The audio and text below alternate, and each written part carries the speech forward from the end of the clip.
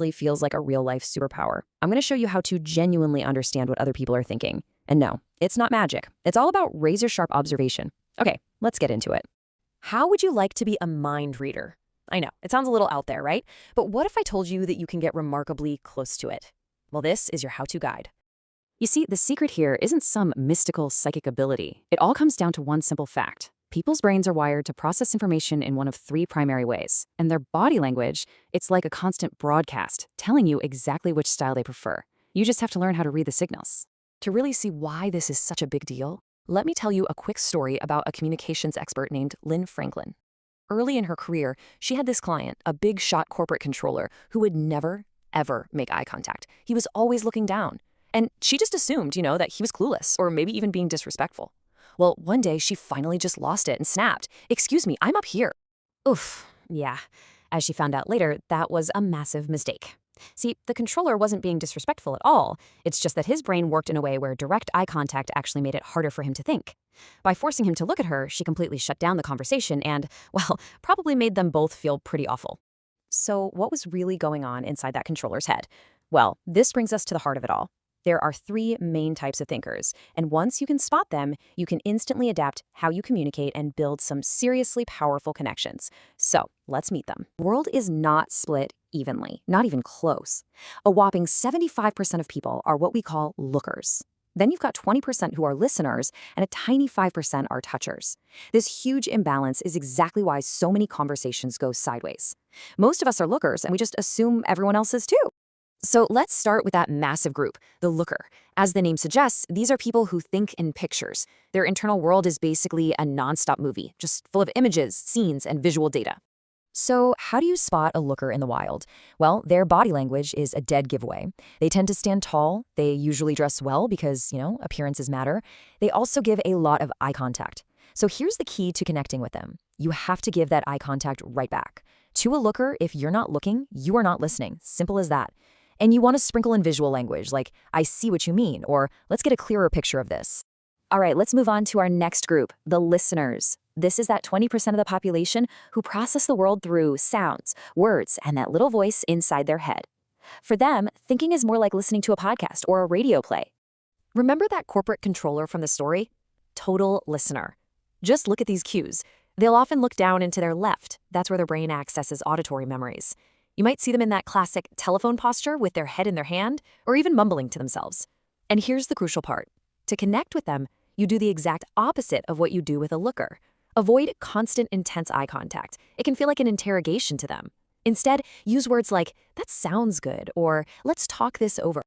And that brings us to our final and rarest group, the toucher. These are the 5% who think primarily in feelings, emotions, and gut instincts. For them, the world is all about how things feel. Touchers are pretty easy to spot once you know what you're looking for. They usually dress for comfort, not so much for style.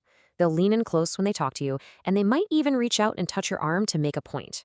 Now, to build rapport, if you're okay with it, allow that appropriate touch. If you're not, don't pull away, just offer a handshake instead. It gives them that physical connection they're looking for. And of course, use feeling words. "How do you feel about this?" Or "Let's get in touch." Okay, I'm willing to bet that right about now you're asking yourself, all right, so which one am I? Let's figure out your own dominant style with a super quick exercise. And I want you to actually do this with me right now. Just take a second. First, go ahead and close your eyes. Now, I want you to pull up an important memory. It could be anything, a birthday, your graduation, even what you ate for breakfast. Just pick one. Got it? Okay. Now, pay very close attention, not to what you're remembering, but how that memory is showing up for you. All right, you can open your eyes. So what happened? If that memory played back in your head like a little movie or a series of pictures, congratulations, you're a looker. If the first thing that came to you was what people were saying or the sounds of the room, you're a listener. And if the memory came back as a strong emotion or a physical sensation, you, my friend, are a toucher. Pretty wild, isn't it? So now you've got this awesome insight about yourself. But here's the bad news. This is the root cause of so much miscommunication. We all have this natural tendency to treat everyone else as if they think the exact same way we do. A looker gets frustrated with a listener for not making eye contact. A listener tries to talk through every single detail with a toucher who just wants to get a feel for the situation. And that's where all the friction comes from. So how do we fix it? Well, this brings us to the playbook. Let's talk about how you can actually use this knowledge to connect with pretty much anyone and become way more persuasive in the process. Now, let's be really clear about the golden rule here. This is not about being fake. It's not about changing your personality. You can't just decide to change your dominant thinking style any more than you could just decide to become left-handed. The goal isn't to change, it's to accommodate. It's about tweaking your language, your body language, and your words to match the person you're talking to. You're building a bridge to their world. And here's where this becomes a total game changer. You don't even have to be in the same room with someone to do this. Why? Because their thinking style is baked right into the words they use.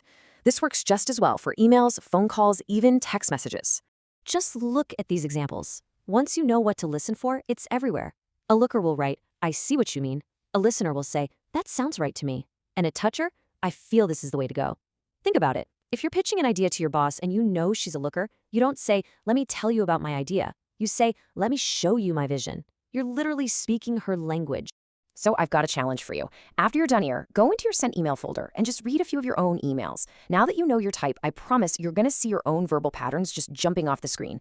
It is the fastest way to prove to yourself how real this is. So here's the bottom line. You now have one single, incredibly powerful new tool that will help you become one of the most persuasive and empathetic people in any room, on any phone call, or in any email chain. When you understand how other people see, hear, and feel the world, you can connect with them instantly. So I'll just leave you with this one question to think about. That boss, your partner, maybe that one client you just can't seem to click with. Armed with this new way of seeing people, who will you make an effort to understand just a little bit better?